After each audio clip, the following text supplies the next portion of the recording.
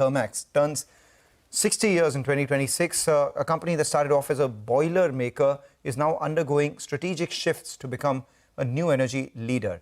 Our colleague Vinny spoke to the MD and CEO Ashish Bhandari. Let's listen in to that slice of the conversation as we wrap up on this edition of Chartbusters. The larger projects in exports are coming from oil and gas and petrochemical and refining. In Q1 of this year, we had a big win for Dangote. Sorry, in Q2 of this year, we had a big win for a major oil and gas company from the Middle East, which was a big breakthrough for Thermax. Okay. Because the first orders are typically marquee orders, which once you qualify for, gives you a chance of lot of repeat business. Q2, we had a major win with Dangote, which we had publicly announced. There again, we see more opportunity as Dangote also continues to expand. But as we look at Q3, Q4, and some of the other periods, we see a continued pipeline of international projects, not only from Middle East and Africa, but also from the US. Ashish, I want to understand, we spoke about a lot of segments that are going to do well. You spoke about the new energy transition side, data centers. Where will those large orders come in from? Are these the sectors maybe which will give y'all the large order books, or will this be the newer ones, so this will be smaller order books? So in the last 5 years, the portion of Thermax which has grown the most is what we call as the industrial products. Yeah, industrial products doesn't have large orders. It provides products that go into multiple industries, sells through distributors, channel networks across India. And the same model we are driving internationally as well. This is the business which is the most profitable for Thermax and has grown the fastest as well. The kinds of products that you will see here as well. Yeah, they don't make the headlines, but they provide continuous business and repeat business across multiple customers. So that is one area. But if you're asking specifically which are the areas that will provide the large orders numbers for Thermax, refinery, petrochemicals we talked about, steel and cement we talked about. The one segment which is coming back strongly, which was how quickly it has emerged as a surprise, is the whole thermal power sector, which for India was a sector where for a while there were no new coal plants coming up. But now high efficient coal plants, supercritical or subcritical, but highly efficient plants are now back in discussion. And there again, the order sizes are large. While we're talking so much about the infra side, I want to also understand the industrial infra side, right?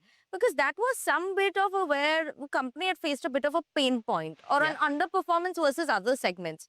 How is that performing now, or where is the trajectory of that business moving on, given that it's a major part of the business's book? Look, I would say of the last few years, the current period that we are in, the last 6 months, and as I look at the outlook for the next couple of years, this is the most optimistic I am and have been for this particular part of the business for two reasons. First, the kinds of wins that I talked about, the international wins, the growth of India's power sector, some of the newer, bigger projects that are coming in internationally and domestically are all of the kind that is very much in the sweet spot of what the industrial infra business excels at. Okay, around our core competency, and we have been underemphasizing projects where there is significant civil construction, long-term risk.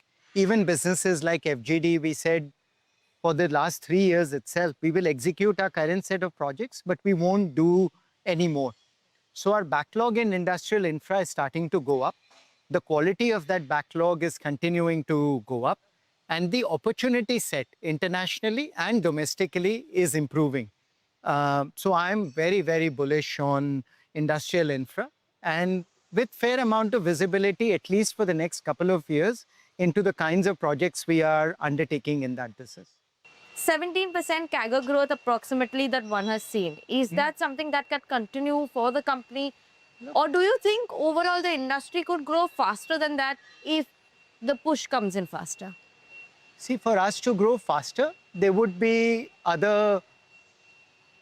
I am an optimist by nature, yeah, and I believe the next 20, 25 years are India's years, yeah, and this is the period where if India has to build 3 Indias, what we have done in the last 75 years, multiple sectors will have to think very, very differently. Yeah, and a company like Thermax has a big role to play in supporting that growth and also making that growth happen.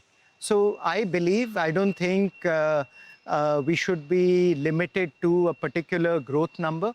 Our ambition should be to build products that are revolutionary, to be able to do them in a manner which can stand up. And if we do that, a 15 to 20% growth number should be achievable.